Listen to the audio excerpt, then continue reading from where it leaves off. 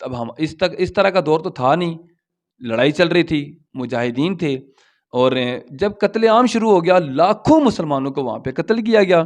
ہماری بہنوں بیٹیوں کی عزتیں لوٹی گئیں، اور اپنی جان بچانے کے لیے وہ لوگ جب پاکستان میں ہجرت کر کے آنے لگی پڑے، تو جب یہاں پہ پنجاب کے جو مجاہدین تھے، جو سرحد کے مجاہدین تھے، جو بلوچستان کے مجاہدین تھے، جو بھی اللہ سے اور اللہ کے رسول سے محبت رکھتے تھے، وہ مسلمانوں کی عزتیں بچانے کے لیے جس کے ہاتھ میں جو چیز آئی اس دور سے، جس کے ہاتھ میں کلہاڑی آئی، جس کے ہاتھ میں تلوار آئی، جس کے ہاتھ میں کوئی ڈنڈا آیا، وہ لے کے یہ جو اپنے لوگوں کو بچانے کے لیے ان لوگوں نے جو بلوائی آئے ہوئے تھے سکھ، ان کے ساتھ لڑائی کی اور کشمیر سے ان کو بھگا دیا،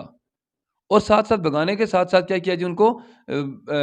کشمیر سے نکال کے کافی سارا حصہ انہوں نے آزاد کروا دیا، لیکن بہت سارا حصہ ابھی بھی ایسا تھا جو کہ آزاد نہیں ہوا تھا۔ اچھا، اب جب صورتحال ہو گئی تو ہری سنگھ ہندو نے کیا کام کیا جی، اس نے جا کے لارڈ ماؤنٹ بیٹن صاحب کو جا کے یہ کہا کہ کشمیر کا الحاق میں، کیونکہ وہ راجا تھے وہاں پہ، میں کشمیر کا الحاق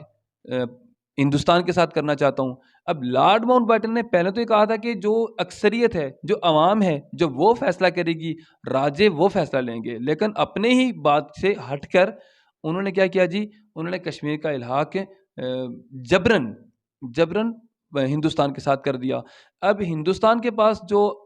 کوئی جغرافیائی لحاظ سے جگہ نہیں تھی کہ وہ یہاں پر آتے اور آ کے اپنی فوج کو اتارتے، انہوں نے ہوائی جہازوں کے ذریعے سے اپنی فوج کو اتارا، جنہوں نے آ کے مسلمانوں کا بہت قتل عام کیا،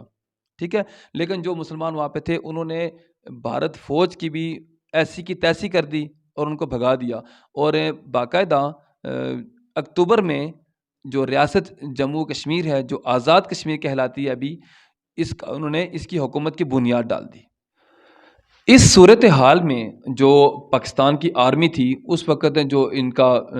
جنرل تھا وہ ایک انگریز تھا، جب قائد اعظم نے اسے حکم دیا کہ آپ اپنی فوج، کیونکہ انڈین فوج تو اب کشمیر میں اتر چکی تھی، جب قائد اعظم نے حکم دیا کہ آپ اب پاکستان کی فوج کو وہاں پہ اتاریے، تو اس نے ایک کہکا لگایا، ہنسا، اور اس نے کوئی اپنی فوج کو حکم نہیں دیا۔ اب اس صورتحال میں جو ہری سنگھ تھا وہ وہاں سے بھاگا اور بھارت چلا گیا، اور بھارت نے کیا کیا کہ جو شیخ عبداللہ تھے ان کو کشمیر کا وزیر اعلیٰ مقرر کر دیا۔ 1 جنوری 1948 کو بھارت یونائٹڈ نیشنز اقوام متحدہ میں چلا گیا،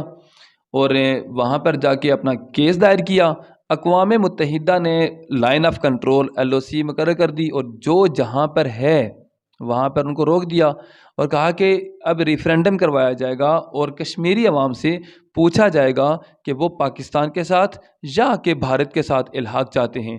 اور یہ ریفرینڈم کے بعد پھر فیصلہ دیا جائے گا۔ لیکن یہ ریفرینڈم آج تک نہیں ہوا، کہاں پر 1948 اور کہاں پر 2023، یہ ریفرینڈم آج تک نہیں ہوا۔ اچھا، کشمیر کی آبادی کو دیکھ لیتے ہیں۔ 1911 میں جو کشمیر کی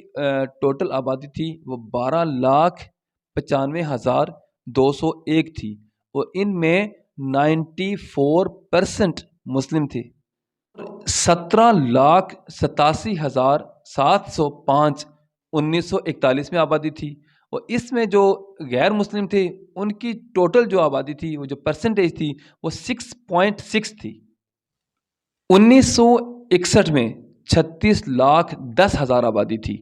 اب دیکھیے کہ وہاں پہ مسلمانوں، اچھا جی، 1971 میں جتنے بھی باقی شہر تھے ہندوستان نے وہاں سے لوگوں کو لا کر آباد کرنا شروع کر دیا، تاکہ مسلمانوں کی آبادی کو مزید کم کرنا شروع کر دیا جائے۔ اب اس میں کچھ ایکٹس ہیں جو انڈیا نے چلائے کہ کشمیر کے علاقے میں جو بندہ کشمیر کے اندر پیدا ہوگا وہی رہے گا، کوئی دوسرا بندہ وہاں پر آ کے اپنی پراپرٹی نہیں خرید سکتا، وہاں پر آ کے آباد نہیں ہو سکتا۔ لیکن ہندوستان نے اس چیز کو بھی ختم کر دیا اور مسلمانوں کو وہاں سے بھگانے کے لیے ہر ہیلا، ہر حربہ استعمال کیا۔ 1966 میں جو سول سروسز ہوتی ہیں، اس کی جو کشمیری شاخ تھی، اس میں ٹوٹل جو 22 اسامیاں تھیں ان میں سے 8 جو تھے وہ مسلمان تھے۔ پولیس کی 13 اسامیوں میں سے 5 مسلمان تھے، اور 1969 میں جو ہائی کورٹ کے 5 جج تھے ان میں سے ٹوٹل 2 مسلمان تھے۔ اچھا، یہ رہی چھوٹی سی کیلکولیشن جو میں نے سرچ کی اور آپ لوگوں کے سامنے۔ تو آج کل جتنا بھی ہمارا معاشرہ ہے گلوبل ولیج ہے، ساری دنیا سوشل میڈیا پر ہے، ہر جگہ کی خبر ہر انسان کو ہو جاتی ہے۔ یہ مسئلہ پاکستان اور انڈیا کے درمیان میں ہے۔ پاکستان کی جو عوام ہے الحمدللہ وہ بھی بہت پڑھی لکھی ہے،